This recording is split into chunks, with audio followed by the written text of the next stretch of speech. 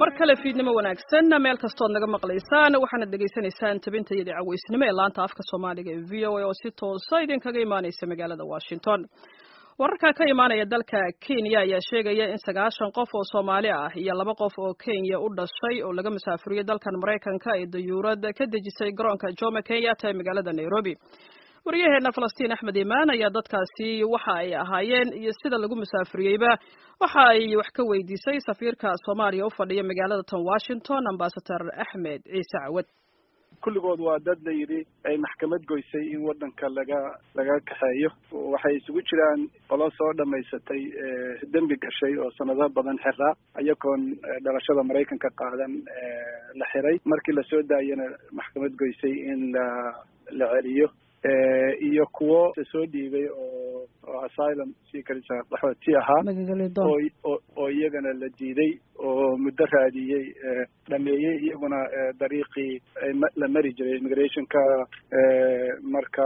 dadka labada qolo isugu jiraan waa dad ay maxkamad goysay kiisaskoodii markay dhamaadeen in wadanka laga masaafuriyo labada qolo isugu jiraan marka adinka safaarad ahaan maxaad dadkan bixitaankoodii luga oo aad ku lahaydeen oo la idin soo ogeysiyay waxaana la soo ogeysiyay anagu dadkan maadaama ay Soomaali yihiin markii wadanka laga celinayo waxa loo baahdaa waraaqo ma haystaan documents ay leeyihiin waxa loo baahdaa in loo sameeyo documents waraaqo travel maxaa la yiraahdaa go home ama ay wadankii ku aadaan marka anagu safaarad ahaan waraaqahaas aan u sameeyay inta badan Mareykanka meelaha ay dhibaatooyinka ka jiraan ama amaankooda aanu sugnayn dadka kumaanu celin jirin maxaa ku qanciyay Mareykanka xilligan in dhalinyaro intaas leeg uu ku celiyo dalkii iyadoo dhibaatooyinkaasi dhinaca amaanka ah iyo nolosha ah dalka ay ka jiraan horta iyagu ma aaminsaneen wadankii aysan anaguna ma aaminsaneen nabadda wadankii aysan sugnayn oo dhibaato ka jirto ma dadku isa soo dhiibay isma soo dhiibaan Mareykanka iyo meelo kale toona adduunka la iskuma siiyo sharci dadka la iskuma aqbalo baahi ama shaqo la'aan baa ka jirta waxaa la isku siiyaa sharciga asylumka qofku inuu noloshiisa u baqayo oo lagu dilayo ama diintiisa ama jinsiyadiisa ama midabkiisa ama fikrad siyaasadeed oo uu hayo qaarkood waxaa sheegtay inay xabsiga ka soo baxeen oo ay dambiye soo galeen oo xabsigooda ay soo dhameysteen qatar ma ku noqon karaan bulshada ay u tagayaan laftirkooda khatarta ku noqon karaan waa Soomaali marka inay khatar noqon karaan inaysan noqon karinin ma aha su'aal la isweydiiyay oo maaragtay choice la iska sameeyay Mareykanka ayay dambi ka galeen Mareykankuna waa iska celiyay waxaana lagu celinayaa meeshay dalkay u dhasheen marka haday dambi ka galaan dalkoodii bay lagu xirayaan hadda dadaan Mareykanka laga soo celin oo badan baa Soomaaliya dambi ka gala marka taasi ma aha qiyaasta maxaa la yiraahdaa qofka lagu celinayo marka dadkan ma si iskooda oo iyagu ay ogol yihiin ku noqdeen mise waxaa jira dad la qasbay oo tusaale ahaan mararka qaar dadka qaar qasabka lagu celinayo askara diyaaradaha la raacda qaab see ah oo celintooda ayay ahayd marka dib loo celinayo ma aqbalaadooda ku baxeen mise jujuuba ku jira kuwan hadda 9ka ah sida anagu aan ka warhayno waxay ahaayeen qolyo iyagu aqbalay ogolaaday qoray qoraal dhahaya waxaan rabnaa inaanu noqono marka laakiin waxaan xogtaan hayno waxa weeye qofkii ogol iyo qofkaan ogolaynba qofkii ay maxkamad goyso in la celiyo inay Mareykanka ka go'an tahay inay celiyaan laakiin su'aashaada oo mid meesha ku jirta laga jawaabo waxa weeye qolada tan hadda 9kan waxay ahaayeen kuwa iyagu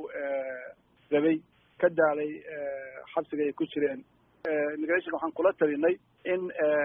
aan ku ogaano iyagu waxay rabaan iyaga sameeyo ugu dambaysa laakiin cala aqal dadka raba inay iyagu noqdaan sidaan ku ogaan karo inay noqdaan waxa weeye inay waraaq iyagu ay iskood u qoreen ay sameeyaan qolada tan marka hadda 9ka ahi waa dad sidaas sameeyay waxay noo soo direen qoraallo waxaanu ka helay qoraallo ay gacantooda ku qoreen oo ay leeyihiin waxaan rabnaa raalli ka nahay in la celiyo dhawaan waxaa xilka la wareegay madaxweyne cusub dalkan Mareykanka Donald Trump oo sheegay in arrimaha qaxootiga iyo soo galootigaba uu si adag ula tacaali doono dad badan oo Soomaaliya waxay aaminsan yihiin in dadkan la celiyay maamulkan cusub uu ka dambeeyo oo ay kamid tahay qorshihii hore uu Trump u sheegay trump waxaa doortay 8 November 20 ayuu January-na xukun kula wareegay. Arrinta tan dadkan la celinayay processkooda waxay socdeen 2 sano 3 sano la soo dhaafay. kaasi waxa uu ahaa danjiraha magaalada tan Washington u fadhiya Soomaaliya Ambassador Axmed Ciise Cawad oo khadka telefoonka ugu waramayay Falastiin Axmed noqono marka laakiin waxaan xogtaan hayno waxa weeye qofkii ogol iyo qofkaan ogolaynba qofkii ay maxkamad goyso in la celiyo inay Mareykanka ka go'an tahay inay celiyaan. laakiin su'aashaada oo mid meesha ku jirta laga jawaabo waxa weeye qolada tan hadda 9kan waxay ahaayeen kuwa iyagu rabay ka daalay xabsiga ay ku jireen. immigration waxaan kula talinay in aan ku ogaano iyagu waxay rabaan iyagaa sameeyo ugu dambaysa laakiin cala aqal dadka raba inay iyagu noqdaan sidaan ku ogaan karo inay noqdaan waxa weeye inay waraaq iyagu ay iskood u qoreen ay sameeyaan. qolada tan marka hadda 9ka ahi waa dad sidaas sameeyay waxay noo soo direen qoraallo waxaanu ka helay qoraallo ay gacantooda ku qoreen oo ay leeyihiin waxaan rabnaa raalli ka nahay in la celiyo oo iyagana la diiday oo muddo raadiyey dhameeyey iyaguna dariiqii la mari jiray immigrationka. marka dadka labada qole isugu jiraan waa dad ay maxkamad goysay kiisaskoodii markay dhamaadeen in wadanka laga masaafuriyo labada qole isugu jiraan. marka adinka safaarad ahaan maxaad dadkan bixitaankoodii luga oo aad ku lahaydeen oo la idin soo ogeysiiyey? waxaana la soo ogeysiiyey annagu dadkan maadaama ay Soomaali yihiin markii wadanka laga celinayo waxaa loo baahdaa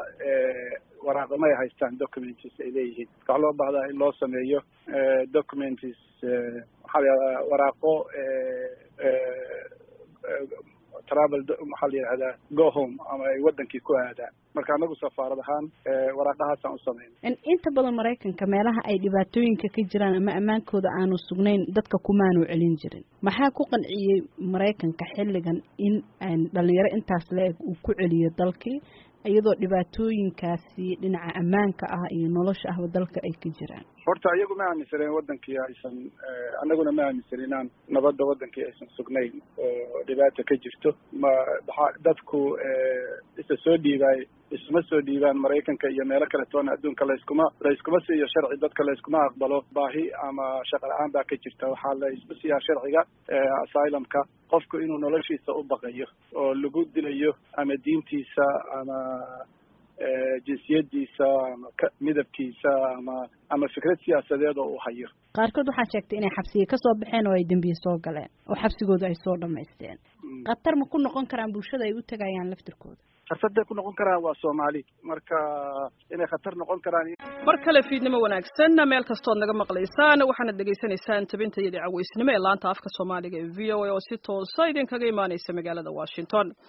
wararka ka imaanaya dalka Kenya ayaa sheegaya in 9 qof oo Soomaali ah iyo 2 qof oo Kenya u dhashay oo laga masaafuriyay dalkan Mareykanka ay dayuurad ka dejisay garoonka Jomo Kenyatta ee magaalada Nairobi. wariyaheena Falastiin Axmed Imaan ayaa dadkaasi waxa ay ahaayeen iyo sida lagu masaafuriyayba waxa ay wax ka weydiisay safiirka Soomaaliya u fadhiya magaalada tan Washington Ambassador Axmed Ciise Cawad. kulligood waa dad la yidhi ay maxkamad goysay in wadanka laga kaxeeyo. waxay isugu jiraan qolo soo dhamaysatay dembi gashay oo sanado badan xiraa ayagoon dhalashada Mareykanka qaadan la xiray markii la soo daayana maxkamad goysay in la celiyo iyo kuwo soo dhiibay oo asylum seekers waxaysan noqon karinin ma aha su'aal la isweydiiyey oo maaragtay choice la iska sameeyey. Mareykanka ayay dembi ka galeen Mareykankuna waa iska celiyey waxaana lagu celinayaa meeshay dalkay u dhasheen. marka hadday dembi ka galaan dalkoodii bay lagu xirayaa. haddaba dadaan Mareykanka laga soo celin oo badan baa Soomaaliya dembi ka gala. marka taasi ma aha qiyaasta maxaa la yidhahdaa qofka lagu celinayo. marka dadkan ma si iskooda oo iyagu ay ogol yihiin ku noqdeen mise waxaa jira dad la qasbay oo tusaale ahaan mararka qaar dadka qaar qasabka lagu celinayo askara diyaaradaha la raacda qaab see ah oo celintooda ayay ahayd marka dib loo celinayo ma aqbalaadooday ku baxeen mise jooga ku jira?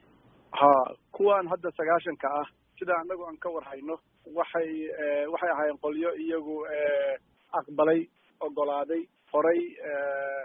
qoraal dhahaya waxaanu rabnaa inaanu